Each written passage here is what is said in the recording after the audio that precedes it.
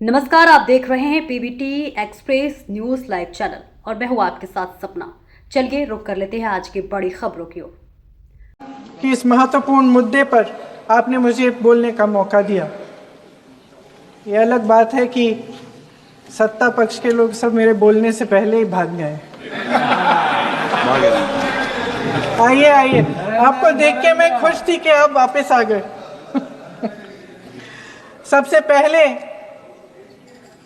मैं उन सैनिकों, उन जवानों, उन अफसरों को नमन करना चाहती हूँ जो हमारे देश के रेगिस्तानों में, हमारे देश के घने जंगलों में, बर्फीले पहाड़ियों पे हमारी देश की रक्षा करते हैं, जो हर पल देश के लिए अपनी जान देने के लिए तैयार रहते हैं। 1948 से लेकर अब तक, जब से पाकिस्तानी रेडर्स ने कश्मीर पे हमला किया, तब से लेकर अब तक हमारे देश की अखंडता की रक्षा करने में उनका बड़ा योगदान है। हमारी आज़ादी अहिंसा के आंदोलन से हासिल हुई, लेकिन जैसे मैंने कहा, उसको कायम रखने के लिए हमारी सेना का बहुत बड़ा योगदान है। अध्यक्ष महोदय, कल मैं सदन में बैठी हुई सबके भाषण सुन रही थी। आदरणीय रक्षा मंत्री महोदय ने बोला, सत्ता पक्ष के कई मंत्रियों ने बोला। 1 घंटे का रक्षा मंत्री जी का लंबा भाषण था। सुनते सुनते एक बात मुझे बहुत खटक रही थी। उसके बाद जब दूसरे भाषण भी सुने आपके सत्ता पक्ष के, तब भी ये बात बार बार मेरे मन में आ रही थी कि सारी बातें कर ली, ऑपरेशन सिंदूर की बात कर ली, आतंकवाद की बात कर ली, देश की रक्षा की बात कर ली, इतिहास का पाठ भी पढ़ा दिया, लेकिन एक बात छूट गई। उस दिन 22 अप्रैल 2025 को जब 26 देशवासियों को अपने परिवार के सदस्यों के सामने खुलेआम मारा गया, तो ये हमला कैसे हुआ, क्यों हुआ?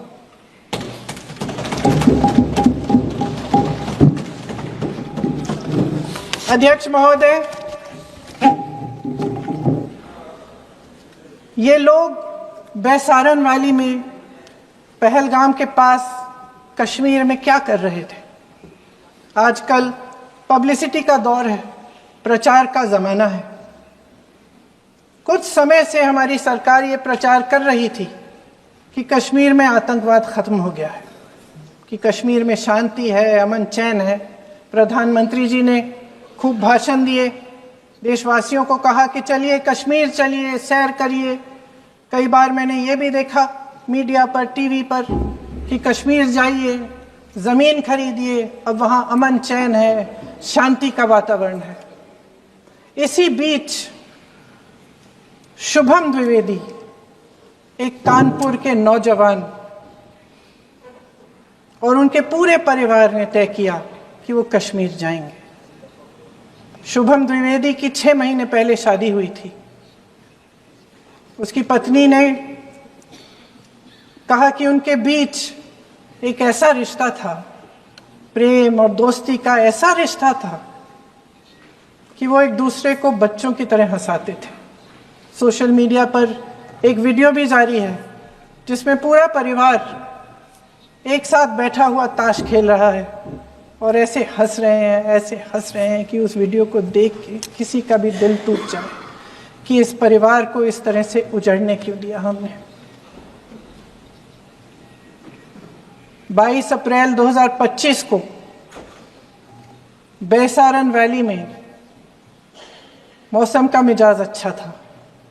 जैसे हर रोज लगातार 1000 से 1500 लोग वहां पहुंचते थे, उसी तरह से उस दिन भी तमाम पर्यटक वहां पहुंचे। वहाँ का रास्ता आसान नहीं है अध्यक्ष महोदय जी।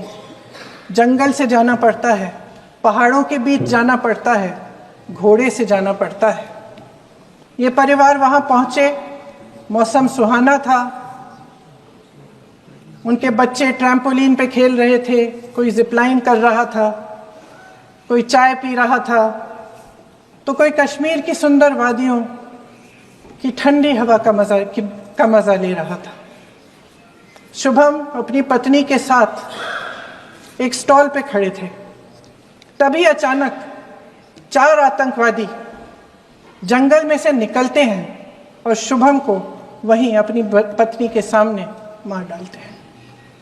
उसके बाद वे वहां से पूरे वैली में 1 घंटे के लिए लोगों को चुन चुन कर मारते हैं। किसी के पति को अपनी पत्नी के आंखों के सामने, किसी के पिता को अपने बेटे के सामने, चुन चुन कर 26 लोगों को मार डालते हैं। शुभम की पत्नी घबराकर वहां से भागने की कोशिश करती है, अपनी जान बचाने के लिए जंगल की तरफ दौड़ती है। वहां पता चलता है कि तमाम लोग जंगल की तरफ दौड़े हैं और अपनी जान बचाने की कोशिश कर रहे हैं। कोई अपने बेटे का हाथ पकड़ के पहाड़ों पर घसीटता हुआ जा रहा है, कोई कश्मीरी घोड़े वालों और गाइडों की मदद लेते हुए चले जा रहा है। कोई रास्ता नहीं है, कोई तरीका नहीं है, लेकिन किसी न किसी तरह से शुभम की पत्नी के शब्दों में किसी ऐसी शक्ति ने हमको बचा कर रखा कि हमें किसी न किसी तरह से हम अकेले नीचे पहुंचे। और मैं उनके लफ्ज पढ़ना चाहती हूं, क्योंकि उन्होंने कहा कि इस पूरे समय जब 1 घंटे के लिए चुन चुन कर भारतीय नागरिकों को मारा जा रहा था, इस पूरे समय उसे एक सुरक्षाकर्मी नहीं दिखा, एक सैनिक नहीं दिखा।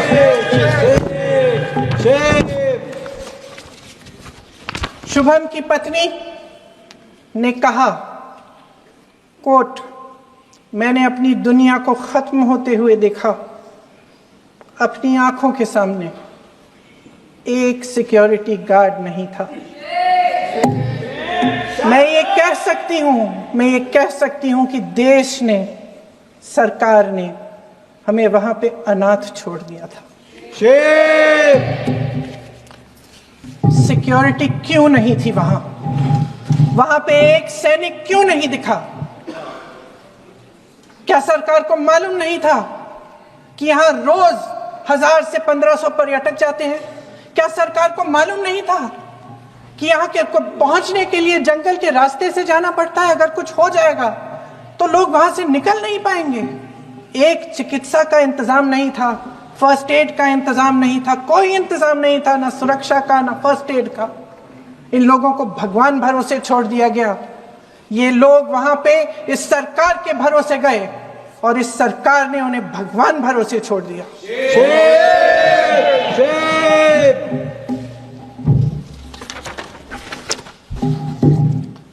मैं पूछना चाहती हूं, ये किसकी जिम्मेदारी थी? इस देश के नागरिकों की सुरक्षा की जिम्मेदारी किसकी है? क्या इस देश के प्रधानमंत्री की नहीं है? क्या इस देश के गृह मंत्री की नहीं है? क्या इस देश के रक्षा मंत्री की नहीं है? क्या एनएसए की नहीं है? अध्यक्ष महोदय, पहलगाम हमले से सिर्फ 2 हफ्ते पहले हमारे गृह मंत्री महोदय जी कश्मीर गए थे। किस लिए गए थे? जो सुरक्षा की व्यवस्था है इसको देखने के लिए गए थे, इसको रिव्यू करने के लिए गए थे। और उन्होंने वहां कहा कि आतंकवाद पर विजय प्राप्त हुई है। ये 2 हफ्ते पहले है। 3 महीने बाद JNK के गवर्नर साहब एक आम इंटरव्यू में ऐसे ही चलते चलते कह देते हैं कि हाँ, बैसारन वैली में बहुत लापरवाही हुई और इसके लिए मैं जिम्मेदारी लेता हूँ। ऐसे ही चलते चलते, और वो बात होती है, खत्म भी वहां होती है और वहीं खत्म हो जाती है।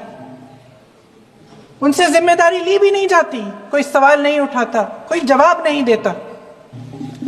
अध्यक्ष महोदय, उस हमले की जिम्मेदारी एक आतंकवादी गुट जिसका नाम टीआरएफ है थोड़े दिनों बाद लेती है। कौन है ये टीआरएफ? 2019 में ये गुट बना। 2020 में इसने कश्मीर में आतंकवाद का काम शुरू कर दिया और अप्रैल 2020 से लेकर 22 अप्रैल 2025 तक इन्होंने 25 आतंकवादी हमले किए। गृह मंत्री महोदय ने जब यूपीए सरकार के समय के आतंकवादी हमले गिने तो लगभग 25 गिनवाए थे अभी अपने भाषण में। इस गुट ने कश्मीर में 25 हमले 2020 और 2025 के अंदर एक पूरी लिस्ट है इन हमलों की। मेरे पास इतना समय नहीं है इसलिए मैं एक एक को नहीं पढ़ना चाहती, लेकिन मैं इतना कहूंगी कि इनमें रियासी का हमला भी था 2024 का, जिसमें 9 लोग मारे गए और 41 लोग घायल हुए। कुल मिलाकर 2020 से लेकर 22 अप्रैल 2025 तक टीआरएफ ने 41 सेना और सुरक्षा कर्मियों की हत्या की, 27 सिविलियन की हत्या की और 54 लोगों को घायल किया। भारत सरकार ने टीआरएफ को आतंकवादी संगठन का दर्जा कब दिया? 2020 में दिया, 2021 में दिया, 2022 में दिया, 2023 में दिया। 3 साल बाद, 3 सालों के लिए ये आतंकवादी गतिविधियां कर रहे हैं और आप इनको आतंकवादी संगठन तब कहते हैं 2023 में। इसकी क्या वजह थी? ये सब सरकार के संज्ञान में था और आप मुझे बताना चाहते हैं, सत्ता पक्ष के नेता बताना चाहते हैं कि ये सब आपके संज्ञान में था, लेकिन कोई भी एक ऐसी एजेंसी नहीं है हमारी सरकार की जिसको पता चला कि ऐसा हमला, ऐसा भयानक हमला होने जा रहा है हमारे देश में, कि पाकिस्तान में बैठे हुए इस हमले की योजना बन रही है कि हम भारत जाके हैवानियत करेंगे, 26 लोगों को मार डालेंगे और हमें पता ही नहीं है। क्या ये हमारी एजेंसियों की विफलता है कि नहीं है? ये बहुत बड़ी विफलता है, एक बहुत बड़ी विफलता है। जानते थे कि ये गुट है, जानते थे कि 5 सालों से ये आतंकवादी हमले कर रहा है, अध्यापकों को मारा, आर्मी के बड़े बड़े अफसरों को मारा, आम जनता को मार डाला, पुलिस वालों को मार डाला, और आप इन पे निगरानी नहीं रख रहे थे। और ये जो एजेंसियां हैं इनकी जिम्मेदारी कौन लेगा? क्या आईबी चीफ ने अपना इस्तीफा दिया? क्या किसी ने इस्तीफा दिया? गृह मंत्री जी के कार्य क्षेत्र में आता है इंटेलिजेंस ब्यूरो। क्या गृह मंत्री जी ने इस्तीफा दिया? इस्तीफा छोड़िए, जिम्मेदारी ली।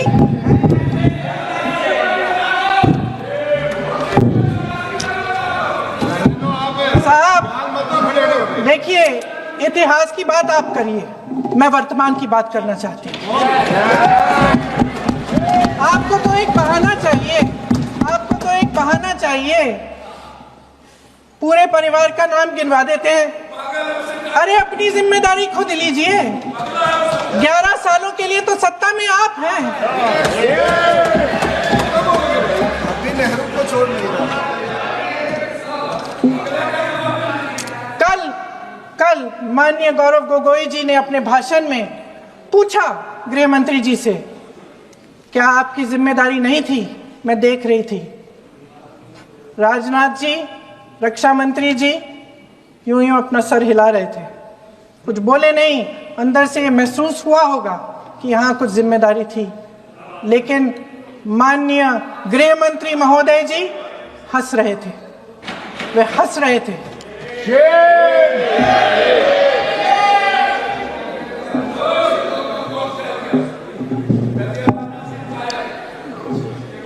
अध्यक्ष महोदय, कल सत्ता पक्ष और आज भी सत्ता पक्ष के नेताओं ने 2008 के मुंबई के हमलों का जिक्र किया, बार बार कहा कि मनमोहन सिंह जी की सरकार ने कुछ नहीं किया।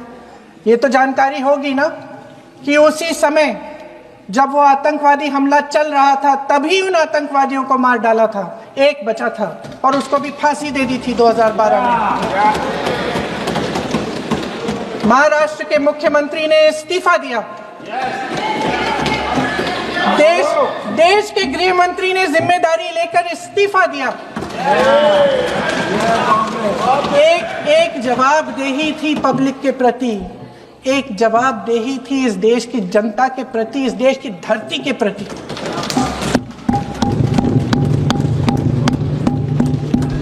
राजनाथ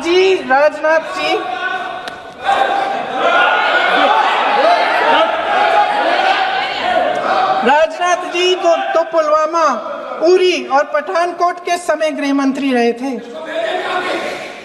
आज वे रक्षा मंत्री हैं और हमारे गृह मंत्री महोदय श्री अमित शाह जी के नाक के नीचे पूरा मणिपुर जल गया, दिल्ली में दंगे हुए, पहलगाम में हमला हुआ और आज भी वे उसी पद पर बैठे हैं। क्यों? अध्यक्ष महोदय, बमबारी से अखबारों के हेडलाइन बनते हैं, मगर कहानी सुरक्षा में की चूक में भी है। आज देश खोखले भाषण नहीं सुनना चाहता, देश जवाब चाहता है, तसल्ली चाहता है कि सच उससे छिपाया नहीं जाएगा। देश जानना चाहता है कि उस दिन अप्रैल 22, 2025 को क्या हुआ और क्यों हुआ। आप तो खुद अपनी पीठ थपथपाने में लगे रहते हैं। सेना, देश, संसद से सच छुपाते हैं। ऑपरेशन सिंदूर जब शुरू हुआ, हम सब ने समर्थन किया, सब एकजुट होकर खड़े हो गए इस देश के लिए। दोबारा होगा, दोबारा खड़े हो जाएंगे। अगर हमारे देश पे हमला होता है तो यहाँ इस सदन में किसी भी पार्टी का हो, कोई भी हो, सब आपका समर्थन करेंगे। और हमें अपनी सेना पर गर्व है कि उन्होंने इस बार भी दृढ़ता से लड़ाई लड़ी, धैर्य से लड़ाई लड़ी, वीरता से लड़ाई लड़ी। लेकिन इस ऑपरेशन का सिंदूर का क्रेडिट, उसका श्रेय तो हमारे प्रधानमंत्री जी चाहते हैं। सही भी है, ठीक है, सही है, श्रेय ले। ओलंपिक्स में हमारा मेडल आता है, उसका भी श्रेय लेते हैं। लेकिन सिर्फ श्रेय लेने से नहीं होता नेतृत्व, जिम्मेदारी भी लेनी पड़ती है।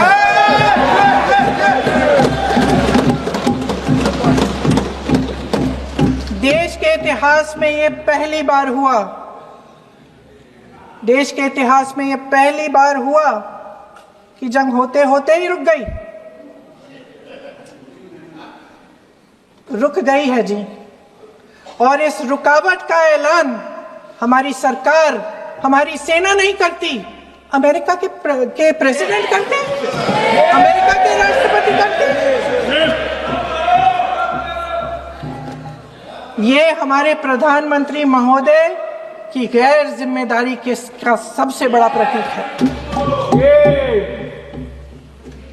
आज गृह मंत्री जी ने इस बात पर उल्लेख किया। उन्होंने कहा, उनके शब्दों में उन्होंने कहा कि पाकिस्तान के पास शरण में आने के बजाय कोई चारा ही नहीं था। आपने शरण दिया क्यों? वो आते हैं आपके देश के अंदर, लोगों को मार डालते हैं और आप उनको शरण दे रहे हैं। क्यों दिया शरण? इसका जवाब क्यों नहीं दिया एक भी भाषण में? जैसे ये बात उठी, शरण की बात की, हमारे गृह मंत्री जी ने इतिहास में चले गए। नेहरू ने क्या किया, इंदिरा गांधी ने क्या किया, यहां तक कि मेरी मां के आंसुओं तक चले गए।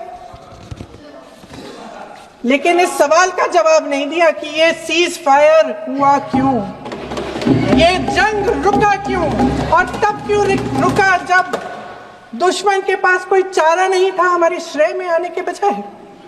क्यों रुका ये जंग? इसका जवाब नहीं दिया। धन्यवाद। आप देंगे?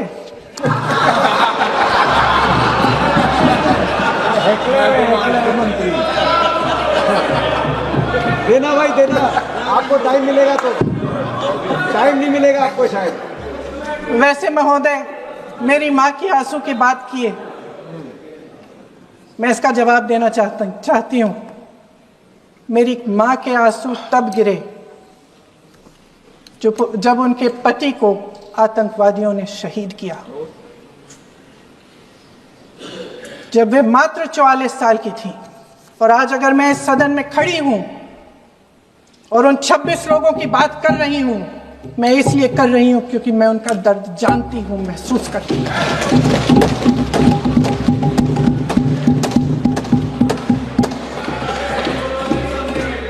अध्यक्ष महोदय, मैंने कहा कि देश का नेतृत्व सिर्फ उपलब्धियों का श्रेय लेने से मजबूत नहीं होता।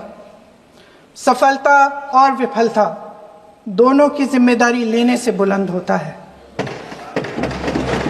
ये सोने का ताज नहीं है, कांटों का ताज है। अध्यक्ष महोदय, जब सरकार झूठी और कायर हो तो वे बहादुर से बहादुर सेना के साहस और पराक्रम को भी कमजोर कर देती है। देश को प्रतिशोध के साथ साथ सबके प्राणों की रक्षा का प्रण चाहिए। सेना की शक्ति के साथ सरकार की सच्चाई भी चाहिए। महान देशभक्त शहीद इंदिरा गांधी जी, जिन्होंने सफल कूटनीति के बल पर अमेरिका के राष्ट्रपति निक्सन का मुकाबला करके पाकिस्तान का विभाजन करवाया, बांग्लादेश बनाया, 1 लाख पाकिस्तानी सैनिकों को आत्मसमर्पण करने पर मजबूर किया, उन्होंने कभी इसका श्रेय लेने की कोशिश नहीं की। ऑपरेशन सिंदूर का मकसद अगर पाकिस्तान को सबक सिखाना था तो शायद ये मकसद अभी अधूरा है, क्योंकि हमारी कूटनीति विफल रही है। इसका प्रमाण यही है कि ऑपरेशन सिंदूर के बाद एक पाकिस्तानी जनरल, जिसके हाथ खून से रंगे थे, अमेरिका के राष्ट्रपति के साथ बैठकर लंच खा रहे थे। अगर ऑपरेशन सिंदूर का मकसद आतंकवाद को खत्म करने का था तो पाकिस्तान को संयुक्त राष्ट्र के आतंकवाद विरोधी समिति का अध्यक्ष चुने जाने से इस मकसद को धक्का लगा है। इसकी जिम्मेदारी कौन लेगा? क्या हमारे प्रधानमंत्री लेंगे? क्या उनमें ये हिम्मत है? नहीं है। अगर इस ऑपरेशन के दौरान हमारे जहाजों का नुकसान नहीं हुआ तो सदन में इसे साफ साफ कहने से क्या डर है? क्यों नहीं कहा है? कल भी रक्षा मंत्री जी ने कहा कि हमारे इंफ्रास्ट्रक्चर का नुकसान नहीं हुआ, तो जहाजों के बारे में भी बता दें, साफ साफ बता दें, क्या हर्ज है? सच्चाई तो है। सवालों से बचने के लिए ये सरकार हमेशा प्रयास करती है। इसकी राजनीतिक कायरता बेमिसाल है। देशवासियों के प्रति जवाबदेही का एहसास ही नहीं है। सच्चाई ये है कि इनके दिल में जनता के लिए कोई जगह नहीं है। सब राजनीति है, सब पीआर है, सब प्रचार है, सब पब्लिसिटी है। देश की जनता के लिए आपके हृदय में कुछ नहीं रहा। बहुत समय हो गया है आप इस प्रचार में ही लिप्त हैं, जनता को देख नहीं पा रहे हैं।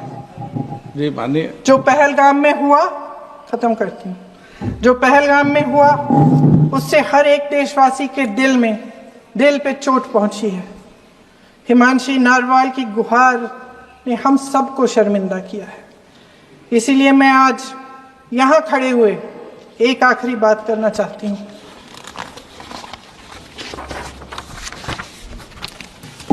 इस सदन में लगभग सभी के पास सुरक्षा है, सुरक्षा की व्यवस्था है। हम जहां भी जाते हैं हमारे साथ सुरक्षा कर्मी आते हैं। आपको भी मिल जाएगी, आप मंत्री बन जाएंगे, आपको भी मिल जाएगी। मैं मजाक की बात नहीं कर रही हूँ, थोड़ा सा धैर्य रखिए। उस दिन पहलगाम में 26 परिवार उजड़ गए। 26 लोगों को अपने परिवार के सदस्य के सामने मारा गया। 26 बेटे, पति, पिता गुजर गए। उनमें से 25 भारतीय थे।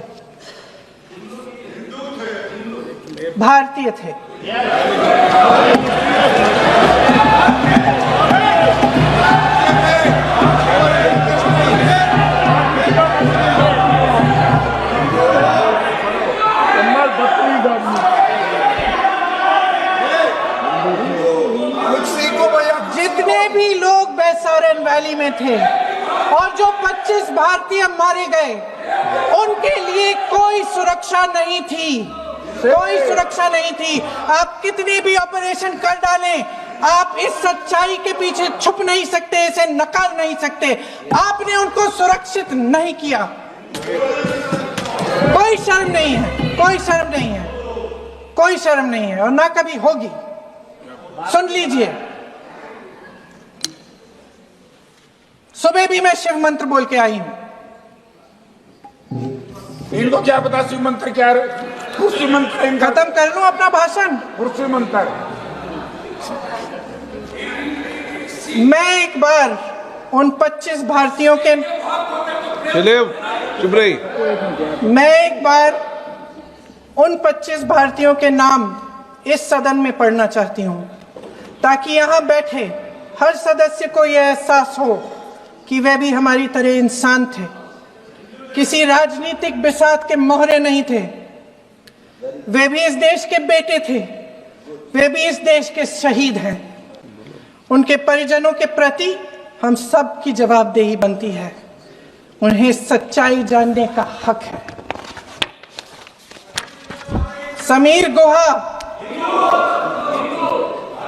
भारतीय, बिट्टन अधिकारी, मनीष रंजन, हेमंत सुहास जोशी, विनय नारवाल, सुशील नथनियल, अतुल श्रीकांत मोने, सैयद आदिल हुसैन शाह, माननीय मंत्री रामचंद्रन, संजय लक्ष्मण लेले, माननीय प्लीज दिनेश अग्रवाल, दिलीप दिल से, प्रशांत कुमार सतपति, JS चंद्रमौली। अब आप बोलिए, अब आराम से। JS चंद्रमौली, यतीश परमार, S मधुसूदन राव, माननीय सदस्य, नारेबाजी का सदन नहीं है। शैलेश कलाटिया, ये तरीका ठीक नहीं है आपका। मंजुनाथ राव, कौस्तभ गणबोटे, शुभम द्विवेदी,